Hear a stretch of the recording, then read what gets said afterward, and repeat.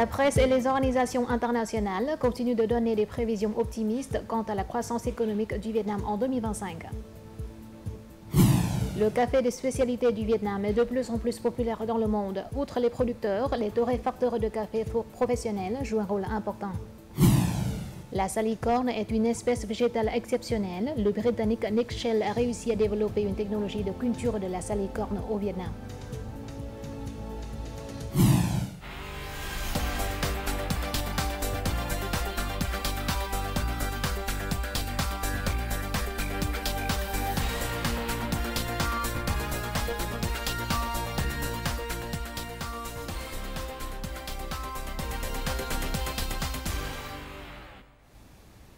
Bonjour à tous, bienvenue à cette nouvelle édition du journal francophone. Voici tout de suite les actualités du jour. Dans le cadre de sa visite officielle à Singapour, le secrétaire général Tolum a rencontré mercredi le président singapourien Tharman Shanmugaratnam. Le chef de l'État singapourien a salué le développement rapide du Vietnam. Il s'est également déclaré convaincu que le Vietnam maintiendra sa position parmi les économies les plus dynamiques de la région. Les deux dirigeants ont convenu de renforcer leur coopération mutuelle et avec d'autres pays de l'ASEAN pour améliorer leur résilience face aux défis extérieurs. Ils ont identifié plusieurs secteurs prioritaires, notamment les sciences et les technologies, l'innovation, la transition numérique et énergétique, les semi-conducteurs et l'intelligence artificielle. Mercredi après-midi, le secrétaire général Tolum a également rencontré le président de l'Assemblée nationale singapourienne Sea Kian Peng et l'ancien Premier ministre Lee Hsien Loong. Tout de suite, le journal continue avec deux autres informations sur les activités du secrétaire général Tolum en Singapour.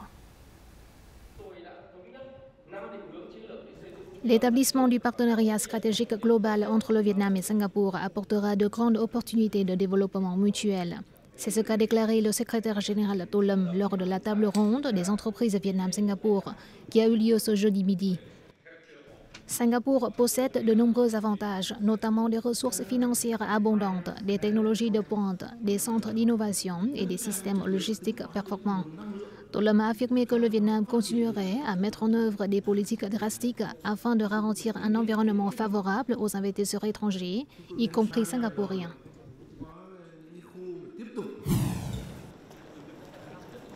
Dans la même journée, le secrétaire général Tolum a visité le port de Pansir Panjang, l'un des ports à conteneurs les plus modernes d'Asie du Sud-Est. Il a souligné que le Vietnam tenait à apprendre le modèle de développement des infrastructures portuaires de Singapour. Tolum a notamment rencontré Nelson Quek, le directeur général pour l'Asie du Sud-Est du groupe PSA Singapour, l'opérateur du port de Pansir Panjang. Il a proposé que le Vietnam envoie des stagiaires à Singapour pour étudier les technologies d'exploitation et de gestion des ports maritimes.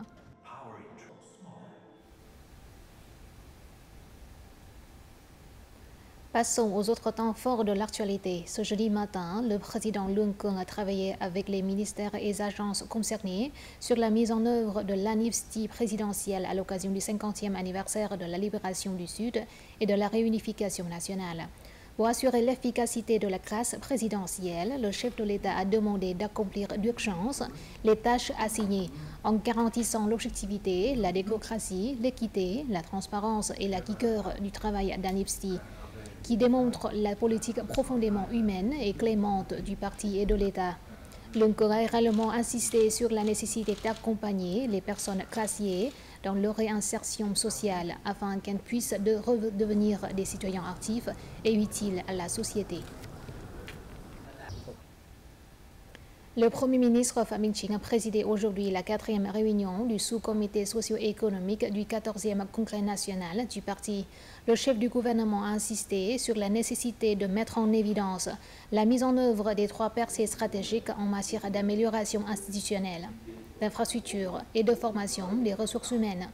Quant aux mesures et tâches, Pham Minh Chinh a dit considérer la réforme institutionnelle comme la percée des percées, la nécessité de promouvoir les sciences, les technologies, l'innovation, la transformation numérique, le développement du secteur privé, ainsi que de favoriser l'entrepreneuriat et le développement des ressources humaines qualifiées au service des nouveaux moteurs de croissance.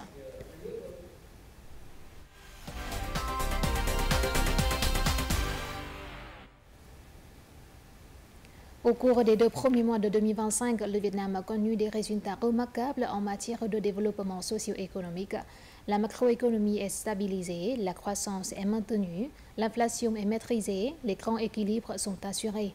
La presse et les organisations internationales continuent de donner des prévisions optimistes quant à la situation économique du Vietnam en 2025. L'économie vietnamienne continuera d'être l'une des économies à la croissance la plus rapide d'Asie de l'Est. Telle est l'estimation du dernier rapport de mise à jour économique de la Banque mondiale, récemment publié à Hanoï. La Banque mondiale a relevé ses prévisions de croissance du PIB vietnamien à 6,8% et s'attend à ce que l'économie vietnamienne continue de croître fortement au cours des 2 prochaines années. Nous prévoyons que la croissance du PIB du Vietnam atteindra 6,8% en 2025 et 6,5% en 2026. Cette prévision optimiste s'explique par la hausse des exportations et de la demande extérieure, parallèlement à la reprise du marché immobilier. En outre, l'investissement public sera la clé de la croissance dans les temps à venir.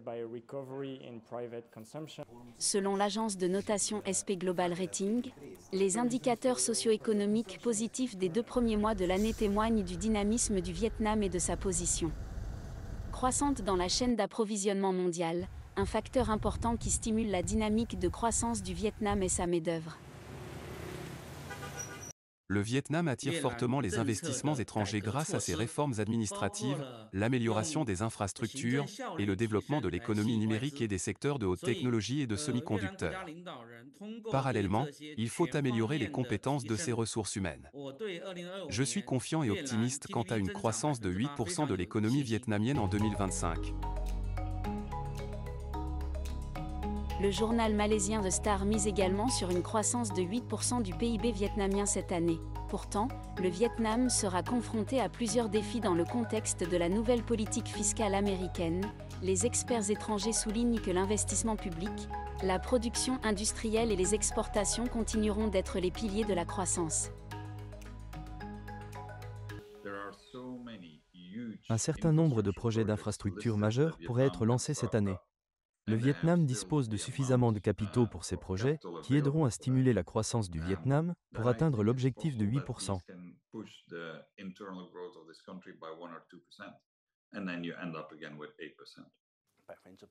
L'objectif de croissance du PIB du Vietnam de 8% en 2025 est un objectif ambitieux mais réalisable.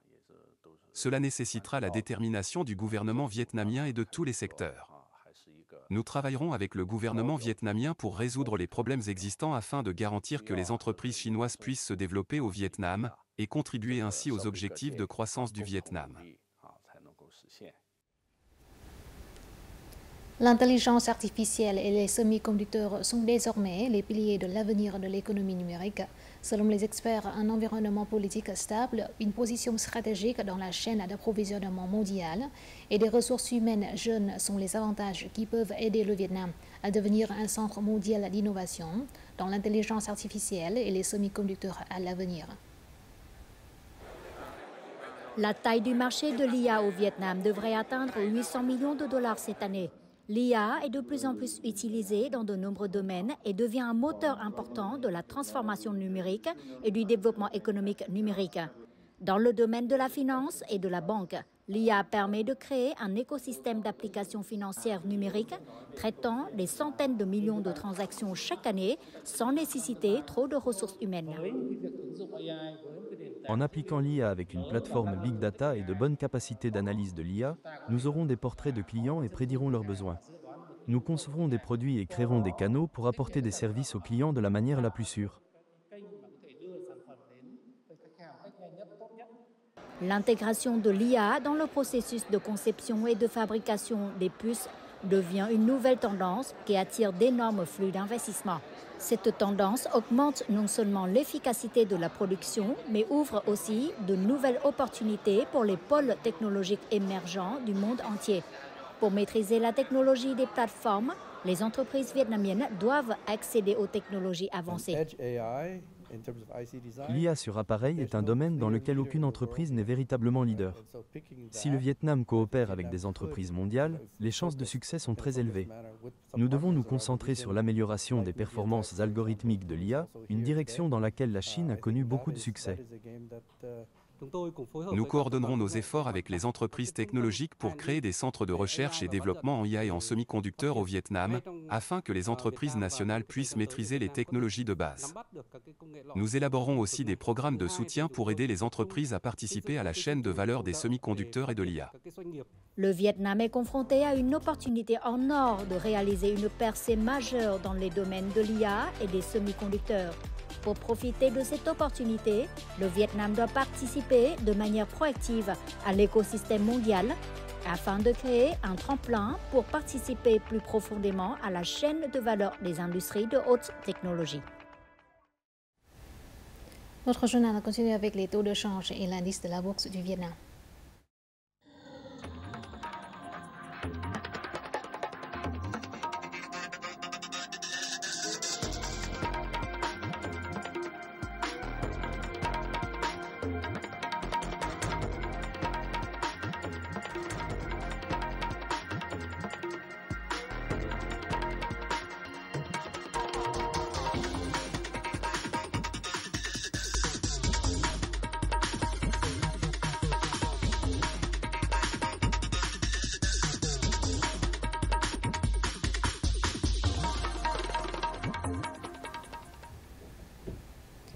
Ho Chi Minh Ville manque actuellement de milliers de travailleurs. Au cours des 2 premiers mois de l'année, les entreprises ont eu besoin de près de 8 500 travailleurs. Il n'y a que 6 200 personnes à la recherche d'emploi. Bien que le nombre de travailleurs titulaires d'un diplôme universitaire ou supérieur à Ho Chi Minh Ville soit presque le double de la moyenne nationale, recruter les travailleurs qualifiés pour les entreprises n'est toujours pas facile. Tout de suite, état de lieu. Actuellement, il y a une grave pénurie de main-d'œuvre non qualifiée avec seulement plus de 1400 personnes à la recherche d'un emploi, alors que la demande est près de 5000 personnes. Les besoins de recrutement des entreprises sont divers, mais la source actuelle de ressources humaines n'est pas suffisante pour approvisionner les entreprises. Cette entreprise doit recruter de 10 à 15% de travailleurs qualifiés cette année. Mais tout comme pour le travail non qualifié, il n'est pas facile de recruter plus de 100 personnes.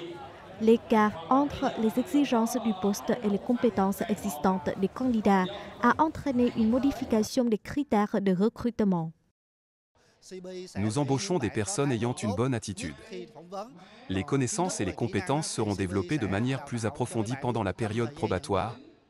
C'est aussi la stratégie de cette entreprise 100% étrangère spécialisée dans les équipements électroniques et optiques. Même si elle a contacté des étudiants dans la bonne filière, il n'est pas facile de trouver des employés. L'intégration dans l'environnement de l'entreprise est différente de l'environnement d'apprentissage. C'est pourquoi l'entreprise dispose d'un programme de formation à plusieurs niveaux pour aider les employés à s'adapter rapidement aux conditions du travail. Bien que ces étudiants ne soient qu'en première année, ils n'ont pas manqué l'occasion d'en apprendre davantage sur le marché du travail. Je souhaite avoir plus de connaissances et de compréhension sur les entreprises afin que mes chances de trouver un emploi soient plus élevées. L'initiative des entreprises de recrutement ainsi que les nombreuses formes diverses de relations entre l'offre et la demande constituent la force motrice qui pousse les entreprises à résoudre le problème des ressources humaines qualifiées pour servir les objectifs de développement. La politique d'assurance sociale est devenue une préoccupation majeure des travailleurs vietnamiens travaillant à l'étranger. La République de Corée compte plus de 200 000 travailleurs vietnamiens. Un nombre similaire de citoyens sud-coréens travaillent au Vietnam. Par conséquent, les deux pays ont signé en 2021 un accord bilatéral sur l'assurance sociale afin de garantir les droits et la sécurité sociale des travailleurs des deux pays. De plus, la loi sur l'assurance sociale de 2024, en vigueur au 1er juillet, ouvrira des possibilités d'accumuler du temps de paiement d'assurance dans les deux pays.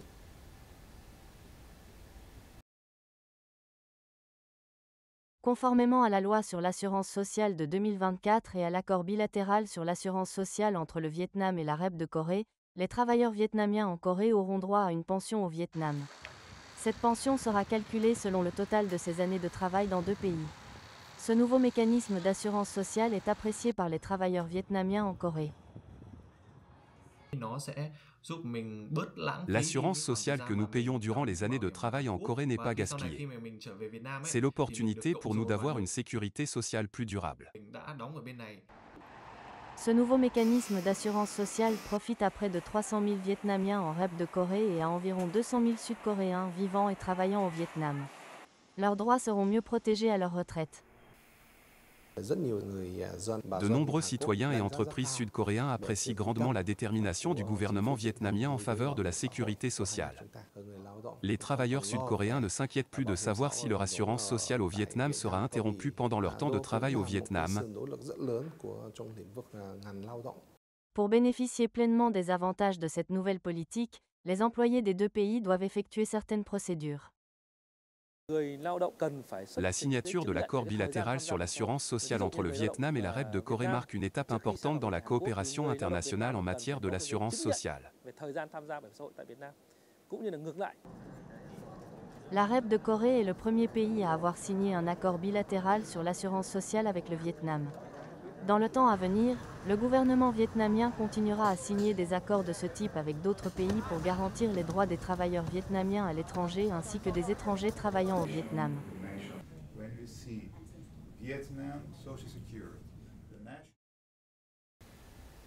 Ces dernières années, le café de spécialité a été promu et amélioré pour s'intégrer aux tendances mondiales du café. Grâce à cela, la qualité et la culture du café vietnamien se sont répandues partout dans le monde. Les producteurs de café des hauts plateaux du centre améliorent constamment leurs compétences et forment progressivement une équipe de torréfacteurs de café professionnels de classe internationale. Le café de spécialité est considéré comme un art culinaire. Il s'agit d'une nouvelle orientation pour l'industrie du café visant à améliorer la valeur de la marque du café Robusta. Grâce à des procédures de production et de traitement stricts, les bénéfices peuvent être 5 fois supérieurs à ceux du café ordinaire. Les gammes de café de spécialité du Vietnam répondent à la demande des consommateurs du monde en raison de leur haute qualité. Les cafés de spécialité ont des saveurs très riches et diversifiées comme les fruits ou le caramel. Cela nécessite que le torréfacteur comprenne le fonctionnement de la machine et les techniques de torréfaction pour préserver la saveur des grains de café. Les consommateurs sont très intéressés par l'origine du café de spécialité. Le Vietnam exporte 1,5 million de tonnes de café chaque année. Les principaux importateurs utilisent tous du café vietnamien. Nous avons construit une marque de café. Le café de spécialité vietnamien séduit toujours les consommateurs. Le concours de torréfaction de café du Vietnam 2025 aide à découvrir et à honorer les talents dans la profession de torréfaction de café et à amener les grains de café vietnamiens à un niveau digne. Le Vietnam ne produit pas seulement du café de spécialité, mais sait également comment utiliser et consommer du café de spécialité profondément transformé.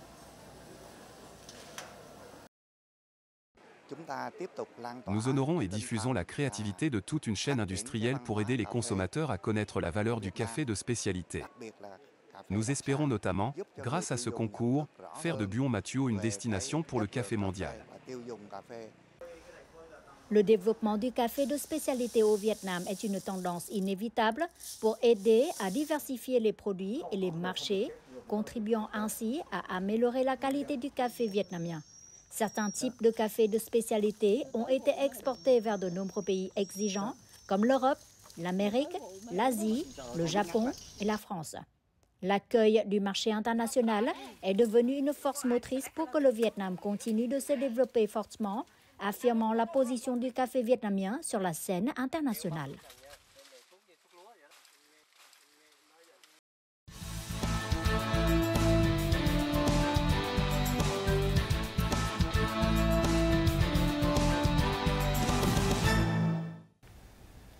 La salicorne est une espèce végétale exceptionnelle qui figurait autrefois sur les tables des rois européens. La particularité de cette plante réside dans son goût naturellement salé, tout en ayant une faible teneur en sodium, ce qui réduit le risque de maladies liées à l'hypertension artérielle. Cependant, elle est réputée difficile à cultiver et pousse généralement à l'état sauvage dans les sols salins ou sur les rochers des côtes occidentales. Nick Shell, un expert agricole britannique d'origine vietnamienne, a cependant réussi à développer une technologie de culture de la salicorne au Vietnam. Ces efforts ouvrent la voie à une solution agricole durable, contribuant à répondre aux défis alimentaires et environnementaux au Vietnam.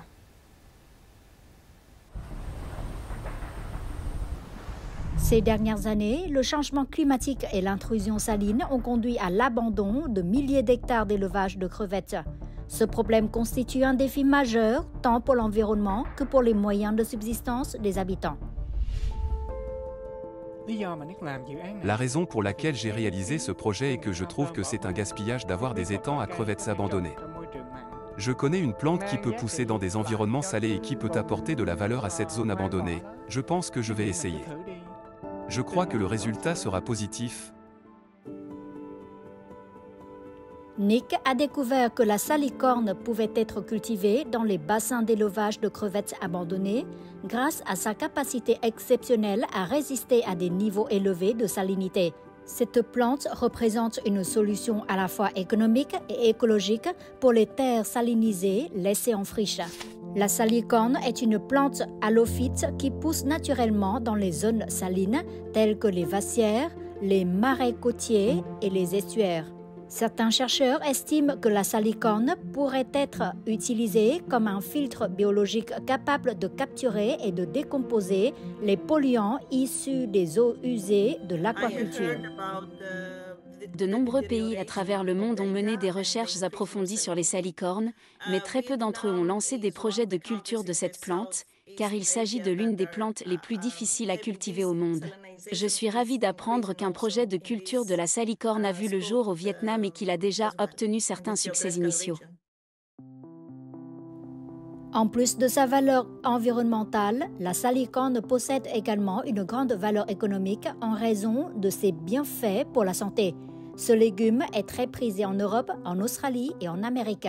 Sur le marché japonais, la salicorne est vendue à un prix pouvant atteindre $160 le kilo. La salicorne pousse naturellement sur les sols côtiers. Cependant, Nick a découvert qu'elle pouvait être cultivée grâce à la méthode de l'hydroponie. Cette méthode est particulièrement efficace pour la réhabilitation des zones aquacoles abandonnées en raison de la salinité excessive. Pourtant, la recherche, l'expérimentation et la mise en œuvre de ce projet ont nécessité 5 ans d'efforts acharnés. Au début, chaque fois que je cultivais la plante et que j'échouais, je ne voulais pas abandonner. Pour moi, ces graines étaient précieuses comme mon propre sang. Si je venais à manquer de graines, le projet devrait s'arrêter, et cela me rendrait très triste. C'est pourquoi je dois en prendre soin avec une extrême attention. J'admire la détermination de Nick. Je sais qu'il a passé du temps à apprendre à cultiver la salicorne à Hawaï, mais il ne pouvait pas simplement appliquer cette méthode aux conditions du sol, du climat et des ressources en eau du Vietnam. Il a dû trouver lui-même une approche adaptée.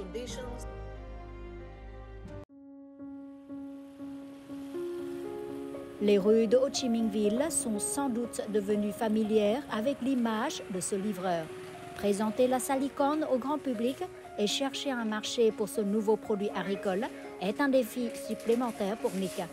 Mais tous ces défis sont devenus une source de motivation pour lui, car il a trouvé une véritable conviction dans son parcours. Aujourd'hui, la salicorne est présente aussi bien dans les plats les plus populaires que dans les restaurants les plus prestigieux.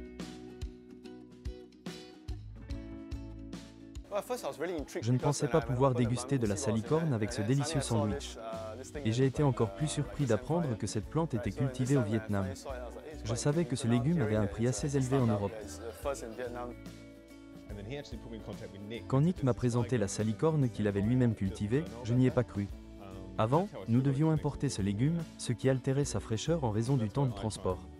Mais aujourd'hui, je suis ravi de pouvoir dire à mes clients qu'ils dégustent la salicorne la plus fraîche possible, cueillie et servie le jour même. La salicorne de Nick est d'une qualité exceptionnelle.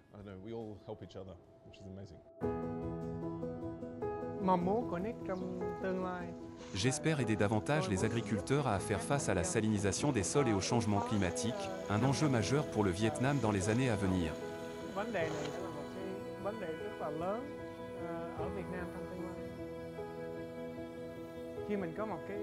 Lorsqu'on a un rêve ou qu'on veut accomplir quelque chose, il faut être extrêmement persévérant et bien comprendre le chemin à suivre.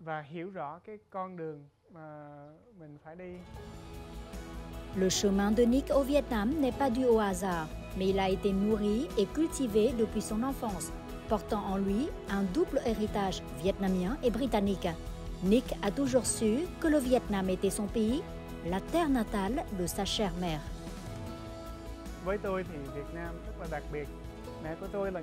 Pour moi, le Vietnam est un pays très spécial. Ma mère est vietnamienne. Presque tous les événements marquants de ma vie se sont déroulés ici, le pays de ma mère est aussi mon pays.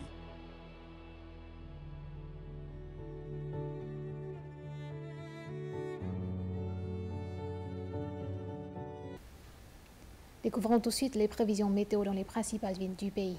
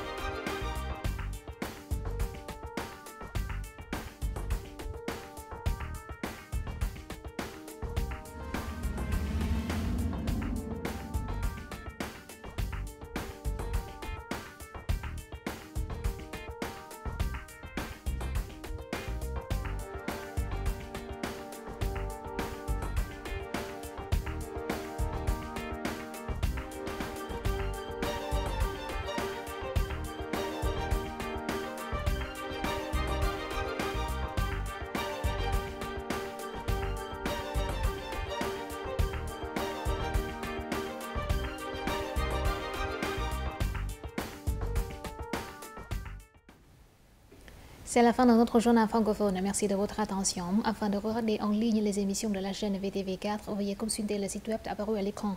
Vous pouvez aussi télécharger l'application VTV Go sur App Store ou Google Play. Au revoir et à la prochaine.